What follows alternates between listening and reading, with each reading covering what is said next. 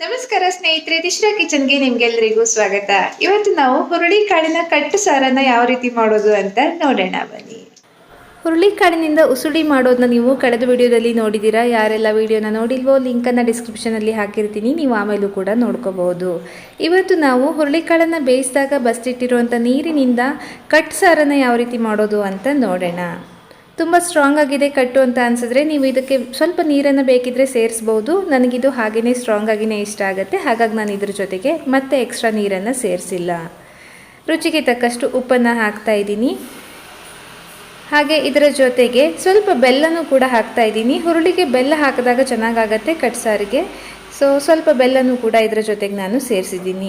ಉಪ್ಪು, ಹುಳಿ, ಖಾರ ಎಲ್ಲನೂ ಕೂಡ ಸ್ಟ್ರಾಂಗ್ ಆಗಿದ್ದರೆ ಮಾತ್ರ ಈ ಕಟ್ಟು ಸಾರು ಟೇಸ್ಟಿಯಾಗಿ ಬರೋದು.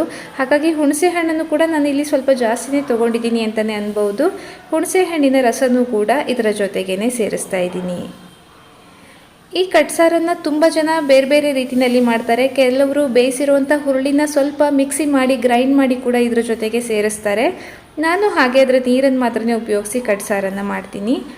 ಖಾರಕ್ಕೆ ನಾನಿಲ್ಲಿ ರಸಮ್ ಪೌಡ್ರನ್ನೇ ಉಪಯೋಗಿಸ್ತಾ ಇದ್ದೀನಿ. ರಸಮ್ ಪೌಡ್ರನ್ನ ಜಾಸ್ತಿ ಹಾಕೋದಕ್ಕೆ ಹೋಗಬೇಡಿ, ಹುರುಳಿ ಟೇಸ್ಟ್ ಇಲ್ಲಿ ಮೇಂಟೈನ್ ಆಗಬೇಕು. ಹಾಗಾಗಿ ಸ್ವಲ್ಪನೇ ರಸಮ್ ಪೌಡ್ರನ್ನು ಸೇರಿಸಿದ್ದೀನಿ.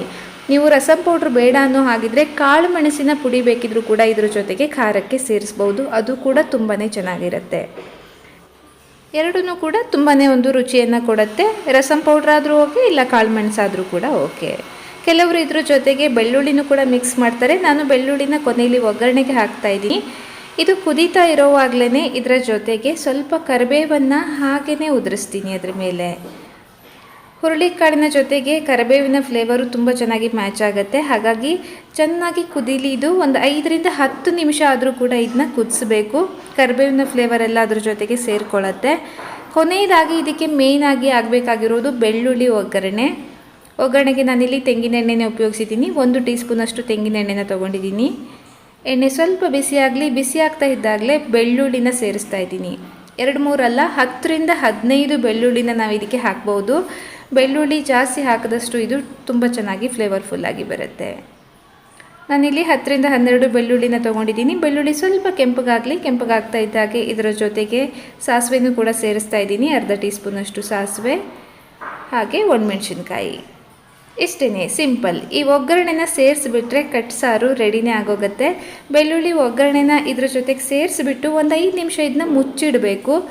ಆಗಲೇ ಒಗ್ಗರಣೆ ಘಮ ಏನಿದೆ ಸಾರಿನ ಜೊತೆಗೆ ಸೇರಿಕೊಳ್ಳೋದು ಚೆನ್ನಾಗಿ. 5 ನಿಮಿಷ ಇದನ್ನ ಮುಚ್ಚಿಟ್ರೆ ಸಾಕು. ಈಗ ನೀವು ನೋಡ್ಬೋದು ಕಟ್ಟು ಸಾರು ರೆಡಿ ಆಯಿತು. ತುಂಬಾ ಟೇಸ್ಟಿಯಾದ ಅಡುಗೆ ಇದು. ಅನ್ನದ ಜೊತೆ ಕಲಸಿ ಊಟ ಮಾಡೋದಕ್ಕೆ ಇದು ತುಂಬಾ ರುಚಿಯಾಗಿರುತ್ತೆ. ಅನ್ನಕ್ಕೆ ಈ ಕಟ್ಟು ಸಾರನ್ನು ಕಲಿಸ್ಕೊಂಡು ಮೇಲಿಂದ ಸ್ವಲ್ಪ ನಿಂಬೆಹಣ್ಣನ್ನು ಕೂಡ ಹಿಂಡ್ಕೊಂಡು ಊಟ ಮಾಡ್ತಾರೆ, ಅದು ಕೂಡ ತುಂಬಾ ಚೆನ್ನಾಗಿರುತ್ತೆ.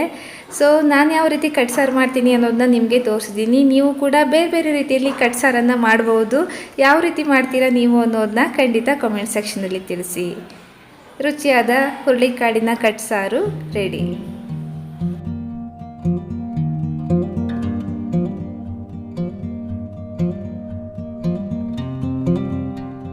ನೋಡಿದ್ರಲ್ವಾ ಹುರುಳಿ ಕಾಳಿನ ಕಟ್ಟು ಸಾರು ಹೇಗೆ ಮಾಡೋದು ಅಂತ. ತುಂಬಾನೇ ಸುಲಭ, ಖಂಡಿತವಾಗಿ ಕೂಡ ಟ್ರೈ ಮಾಡಿ ನೋಡಿ. ಹಾಗೆ ಇವತ್ತಿನ ವಿಡಿಯೋ ಕೂಡ ಇಷ್ಟ ಆಗಿದ್ರೆ ಒಂದು ಲೈಕ್ ಮಾಡಿ, ಹೊಸಬರಾಗಿದ್ರೆ ಸಬ್ಸ್ಕ್ರೈಬ್ ಮಾಡಿ, ಅನಿಸಿಕೆಗಳನ್ನ ಆಸ್ ಯೂಶುವಲ್ ಕಮೆಂಟಲ್ಲಿ ತಿಳಿಸಿ. ಹಾಗೆ ವಿಡಿಯೋನು ಕೂಡ ಶೇರ್ ಮಾಡಿ. ಸಿಗೋಣ ಮುಂದಿನ ವಿಡಿಯೋದಲ್ಲಿ.